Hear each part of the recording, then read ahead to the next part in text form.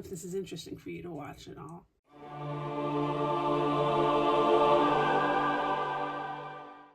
Hi, my name's Stace, and this is Magic and Ink, where we talk about magic, fantasy writing, and the creative life. Today I want to talk a little bit about this book, which I've had on my nightstand for over 20 years. It's kind of an ordinary, plain-looking black volume, very thick. It's filled with grid paper, which is unusual. I think you get a lot of grid journals now, but you couldn't back then. Grid paper was reserved for notepads and technical documents and stuff like that. When I saw this, I immediately thought this is a book meant for world building because I'm a fantasist. But I knew I would never fill a whole book with a world. I'm just not that organized and consistent with world building. So what I decided to make was the Imaginaria, March 10th, 2002. You can see my terrible lettering skills. I have terrible handwriting, but that's all right. I'm going to show it to you anyway in this book. I start off with a very pretentious, it's not a quote, it's something I wrote myself.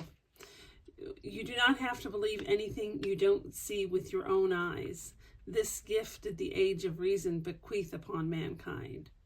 More the sorrow, then, for as the great poets and scientists know, some things must be believed to be seen. Yeah, I know. Forgive me, I was young and probably sleep deprived because I had young kids. So anyway, this was basically a process by which I would just sit down and write down a creative idea every night before bed. That was the intention anyway. I would start with a sketch of a drawing or a map and then write some details about it. Some stuff I just made up on the fly, and sometimes I didn't come up with anything. I just did some weird doodles, bad maps. It was about the process, not about the product. I was creating my very own Encyclopedia of the Imagination. Sometimes it was pure text, and sometimes I wrote upside down. Whatever moved me in the moment, I would put down.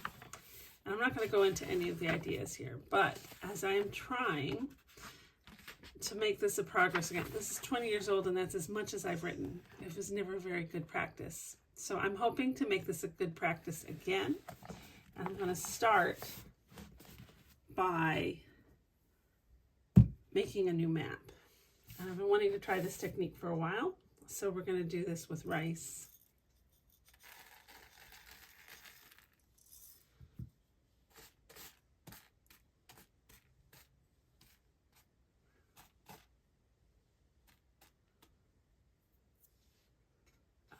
Use pencil. All right, so we have our land mass here. I'm just going to trace around.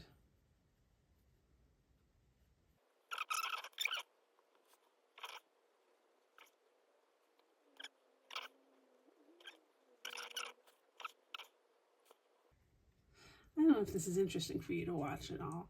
So we'll see. We'll see. We have some lakes in here.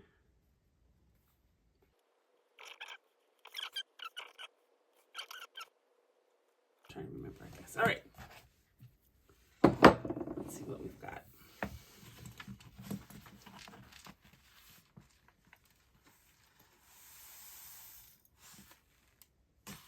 Like the looks of that. I'm not going to do a lot of terrain building because nobody needs to see that. But what we're going to do is come up with a name for it.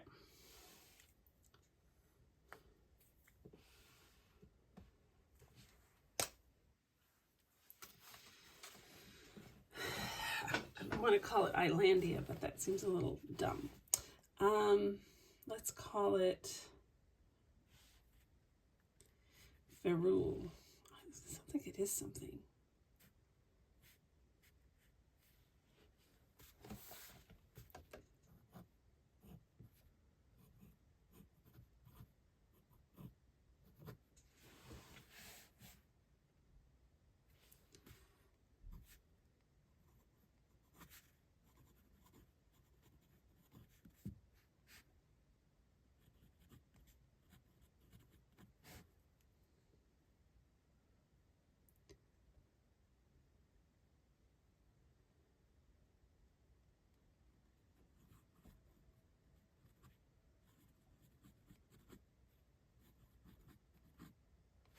I think the Blue-Green Sea is probably the least imaginative title I've ever come up with anything.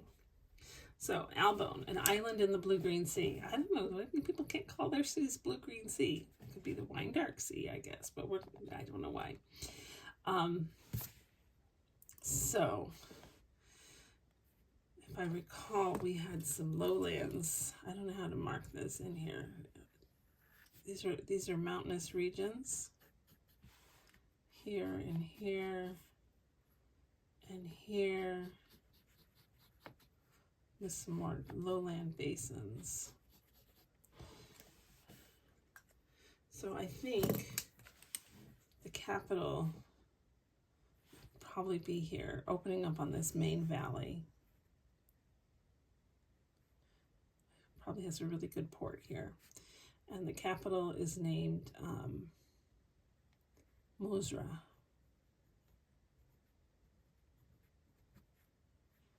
We'll put a little crown there. Mosra is the home of the royal family.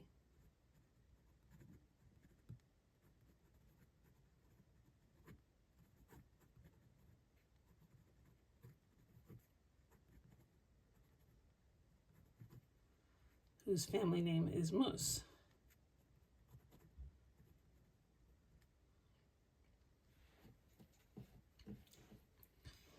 They have ruled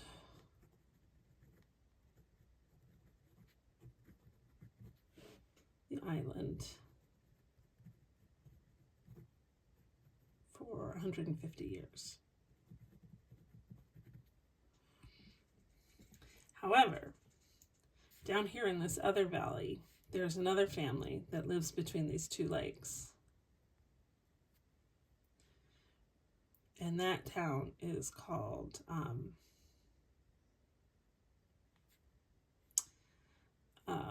what's it called? Incas. If you just don't know, I'm picking up things from the front of my desk here and naming them. That's how ideas come to me. So the Incu family,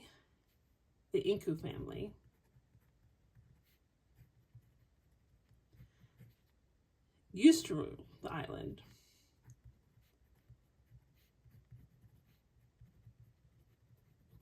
But they were overthrown by the Mus.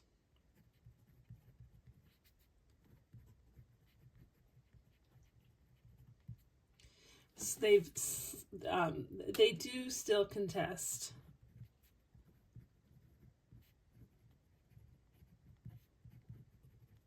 They still do contest the ruling of the kingdom by the Mus. But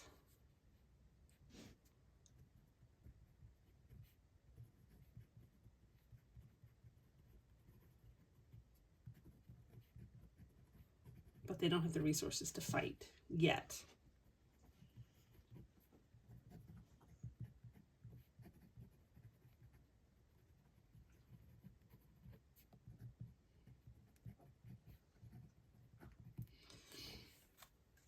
Meanwhile, up here on this other island, that's a pretty good island up there, is another small religious community.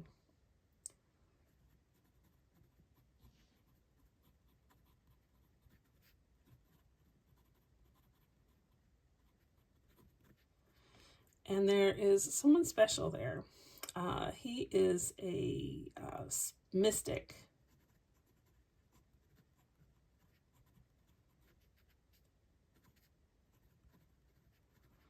He has a growing following, and his influence is growing.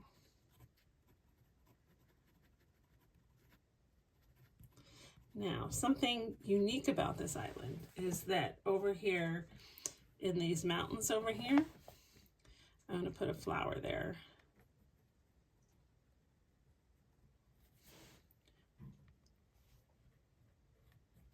There's a special flower here.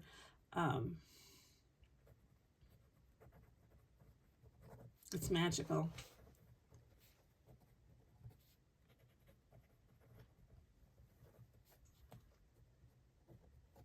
and it's the main export of the island. So whoever controls this flower is going to have the bulk of the a lot of money, and this all the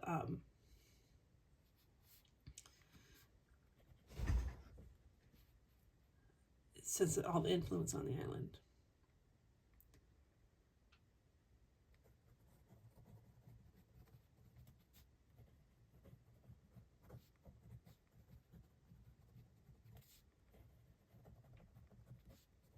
Now, historically, the family that lives here, we'll call them the flower family.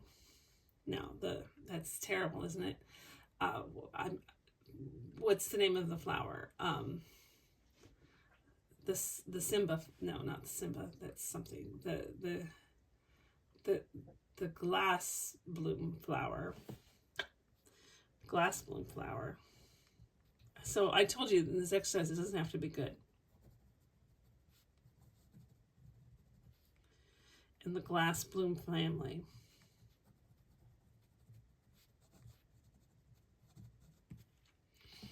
So the glass bloom family currently is aligned with Musra, but their youngest child has become a proponent of the mystic.